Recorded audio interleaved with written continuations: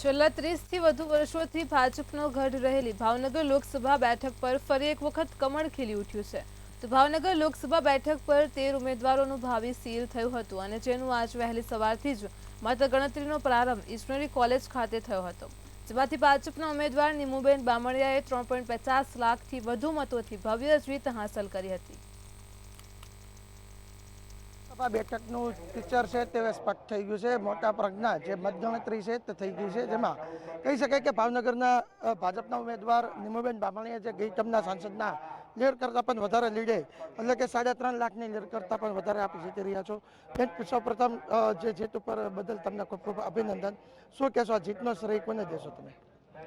નરેન્દ્રભાઈના નેતૃત્વની અંદર સૌનો સાથ સૌના વિકાસના મંત્રને લઈ દરેક સમાજનો વિકાસ થયો છે। નરેન્દ્રભાઈને જનતા જનાર્દને ખૂબ આશીર્વાદ આપ્યા છે। મોદીની ગેરંટી, એની ગેરંટી લોકોએ નરેન્દ્રભાઈના નેતૃત્વમાં જે વિકાસના કામો થયા છે ત્યારે જનતા જનાર્દને પણ નરેન્દ્રભાઈને આશીર્વાદ આપ્યા છે। લોકોએ અમારા પર ભરોસો મૂક્યો છે। હું આજે નરેન્દ્રભાઈ મોદી સાહેબ ભારતીય જનતા પાર્ટીનો પણ ખૂબ ખૂબ આભાર વ્યક્ત કરું છું। ગુજરાતના પનોતા પુત્ર અમિતભાઈ શાહનો પણ ખૂબ ખૂબ આભાર વ્યક્ત કરું છું।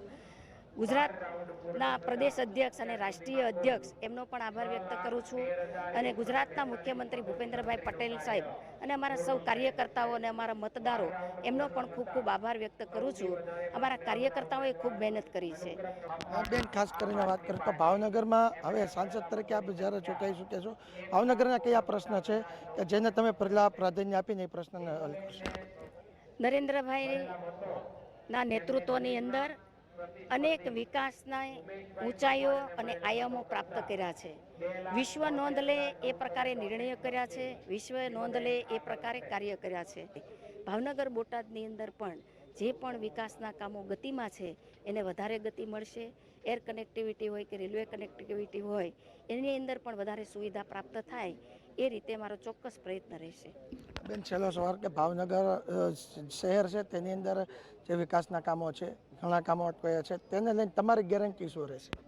ભાવનગર બોટાદની અંદર પણ રેલવે કનેક્ટિવિટી હોય કે એર કનેક્ટિવિટી હોય, નેશનલ હાઈવે હોય, આ બધા જ કામોની અંદર મારી પ્રાયોરિટી હશે અને વિકાસના તેજ ગતિથી કામ ચાલે એના માટે મારો ચોક્કસ પ્રયાસ રહેશે।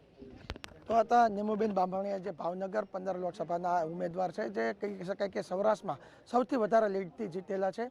તેમના જીત બદલ તમને ખૂબ ખૂબ અભિનંદન। સાથે તમને ભાવનગરના જે પાયાના પ્રશ્ન છે તેના માટે તે હરમેશ તેમની જે લડત છે તે શરૂ રાખશે અને જે વિકાસના કામો છે તેમની યદગાથા પણ આગળ વધારશે। હિરેન ચૌહાણ, મંતવ્ય ન્યૂઝ, ભાવનગર।